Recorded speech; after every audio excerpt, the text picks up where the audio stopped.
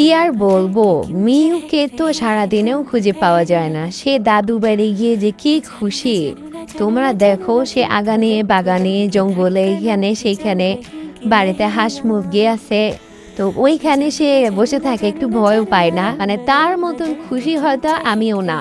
মানে সে ওখানে গিয়ে এত খুশি, মানে এতদিন পরে এত খোলামেলা জায়গা পেয়ে, মানে সে শুধু দৌড়াদৌড়ি, তাকে তো ডেকে ডেকে এনে খাওয়ানো লাগে, শুধু দৌড়াদৌড়ির মধ্যে থাকে, তার খাওয়ার চিন্তাও নাই, ঘুমাও নাই।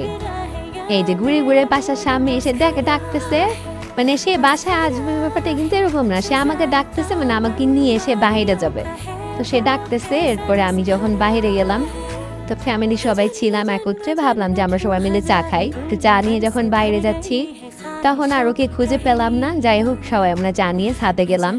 চেয়েছিলাম মিউকে ছাদে নিয়ে যেতে, যে ওকেও চায়ের ফ্রেমে নিয়ে আসি, তো ওকে আর পেলাম না। আমরা সবাই মিলে চা খাচ্ছিলাম ছাদে, আর অনেক সুন্দর একটা ফ্যামিলি টাইম স্পেন্ড করতেছিলাম।